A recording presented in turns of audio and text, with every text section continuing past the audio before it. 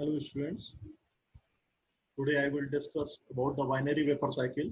This is a part of unit 2. Subject code is ME601 and the subject name is the thermal engineering and gas dynamics.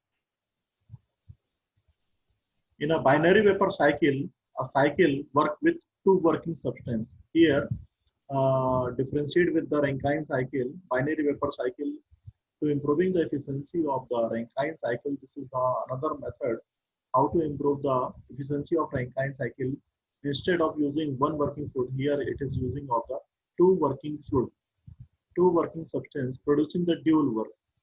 But at only one heat supply, it is called a binary vapor cycle. There is only one source of the heat supply because of there is a installation of heat exchanger. So that's why here it is only one heat supply. Heat exchanging taking place between of the two fluids. Hot fluid releases the heat and the cold fluid picks the heat. The heat that is rejected in the condenser can be used to generate vapors of the some other working substance at high pressure to run another cycle that produce the work. Whenever the heat is rejected by the condenser sides in use to the generate vapors of some other working substance at high pressure, it will be required where Rankine cycle to producing the work at another sites. To run a binary vapor cycle, the two working fluids should have a high temperature difference. For running of binary vapor cycle plant, there should be of need of two working fluid temperature difference should be high. That substance having high boiling point act as a working medium in a topping cycle and the other in a bottoming cycle.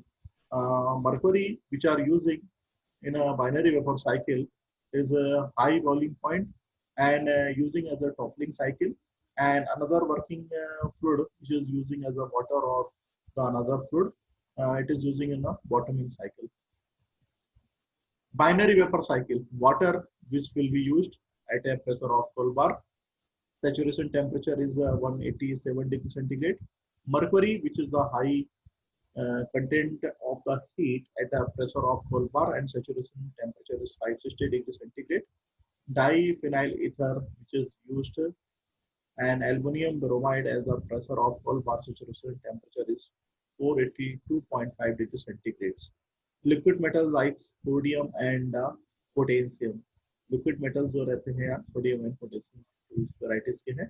Since the critical pressure and temperature of the mercury are 1080 bar and 1460 degrees centigrade respectively, mercury having the properties at the highest pressure and the highest temperatures sustaining. It is suitable working fluid in the topping cycle.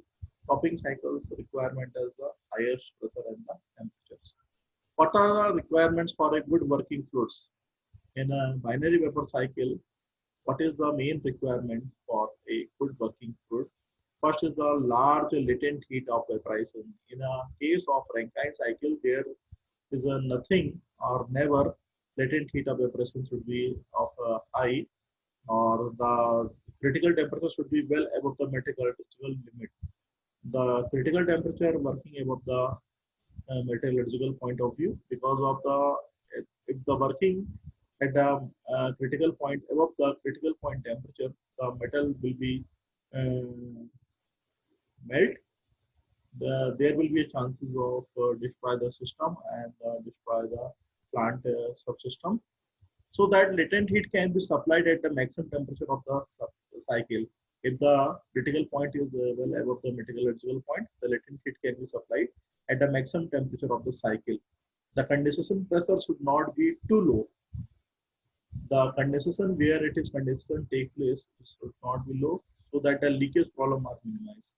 There should be a leakage problem are minimized. The freezing point should be below the room temperature to facilitate the filling and the draining of the equipment. Freezing point should be below the room temperature to facilitate the filling and draining of the equipment. Highest saturation temperature for a moderate pressure.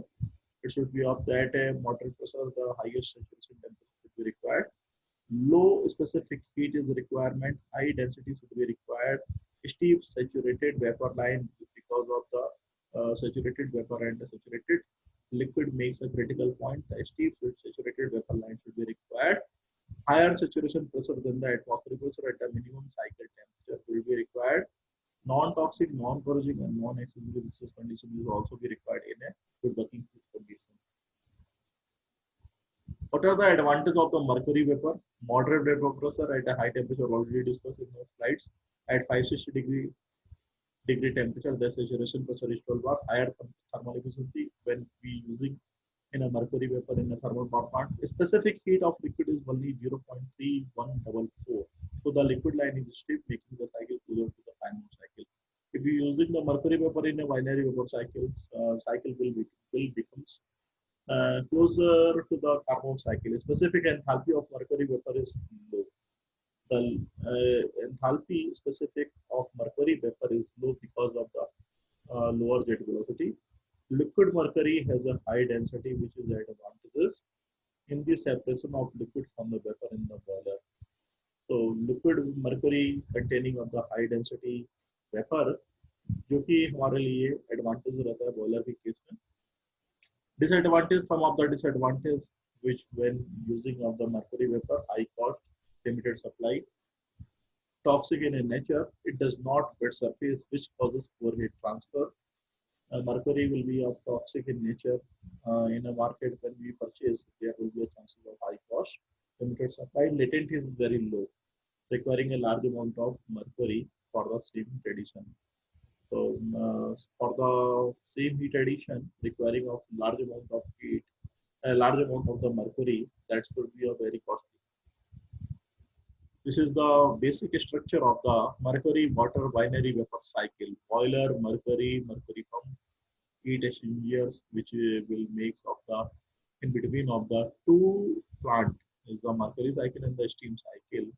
So the steam cycle normally which are using in the Rankine cycle, four component are unit: steam turbine, condenser, steam pump, and the heat exchanger, which is using as a condenser side. This is the using of the boiler sides. Superheating coil is installed here. Similarly, in the TS diagram, both the cycle is drawn in a TS format. For a toppling cycle, that is showing the mercury cycle, and the bottoming cycle representing the steam cycle. In a toppling cycle, in a case of mercury cycle, saturation dome is present here, and the bottoming cycle saturation dome steam is presenting is here steam cycle. That is the chances of where the heat exchanging is taking place of the heat exchanger cycle. There will be a chances of the change of the phase occurs at a highest pressure and the highest temperature. There will be a improving of the efficiency, improving of the temperature here. That is the approximate of the 560-degree temperature, and the pressure is about 12 bar, which is working remains constant in the TS diagram. This is the simple layout of the binary vapor cycle, where is the two types of the turbine is here showing here. High pressure turbine and low pressure turbine. Boiler is showing is top and side. Pump is representing at this side. Second pump is installing for the low pressure turbines purpose.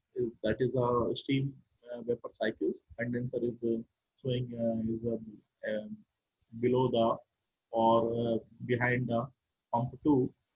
This is the working, and this is the HEX, that is called a heat exchanger device, where the heat exchanger is taking place when the fluid is coming from the sides. High pressure turbine mercury is coming from the sides at a 3 point, and this is going into the heat exchangers, where the heat is exchanging taking place, and after that leaving from the sides, circulating from the sides, lower pressure phase को हम condense करेंगे, condense करने heat exchange करेंगे, फिर उसके बाद it will be passed to the pump 1, and after the pump 1 it will be goes to the boiler sides. Okay, and the low pressure turbine there will be installed here. After the boiler, there will be a chances of steam will be going into the low pressure turbine. Steam makes a steam takes a heat from the sides because of heat exchanging is taking place, and the heat is taking from the sides in the boiler side from the superheating, and after the taking of the heat from the heat exchangers, it will be of more heat at this point, and the steam is entering out of the side low pressure turbine, and after that expansion is taking place from this to this sides. The expansion work is the H5 minus of S6 in the low pressure turbine, and the Similarly, in the high pressure turbine, the expansion work is the H2 minus of H3. There will be a chance of making of the low pressure turbine expansion work, and the expansion work is continued to 6 point. And after that, when the steam is going into the condenser side, is condensed into the liquid form and supply with the pump to in a boiler sides. But before going to the boiler sides, some heat of loses surrounding sides, and this is the binary vapor cycle in which the heat equation is showing in the next slides. That is the calculation for the thermal efficiency heat supplied. That is the mercury vapor, mass of the mercury vapor, and the differences of the enthalpy H1 of H1. This is showing in this diagram, H2 minus of this one, because of the toppling cycle is mercury vapor is presenting, and the heat difference, that is the H2 minus of H1. And after that, the total work done in the cycle, that is the mercury of the mass of mercury vapor into the expansion work in the high pressure turbine, and the mass of the steam, that is the low pressure turbine, and the expansion work, that is the H5 minus of S6. The H5 minus of S6, that is the expansion in the low pressure turbine, and the expansion in the high pressure turbine, that is the 3 minus of the 4. And the thermal efficiency of the binary cycle is W net by the Q1, that is the W net mass of mercury expansion work in the high pressure turbine plus mass of the steam into the expansion work in the low pressure turbine upon the mass of mercury into the H2 minus of H1, that is the heat supply. Energy balance equation gives energy balance is taking place in the heat exchanger sites. This is the energy balance here. It is representing here. That is the enthalpy difference of the S3 minus of the H4, and the mass of the mercury is equal to mass of the steam which is taking place here. That is the H5 minus of the H9. This is the condition where the heat exchanging is taking place. Mercury loses the heat and the steam is taking the heat. That is the mass of mercury H3 minus of H4 is equal to mass of steam, that is the enthalpy difference of H5 minus of H9. That is the combined efficiency 1 minus of the in a totally bracket of the 1 minus of the efficiency of mercury turbine multiplied of the 1 minus of the efficiency of the steam turbine. That's it for today class. Tomorrow I will discuss about some another improving method of the if thermal efficiency of steam power plant.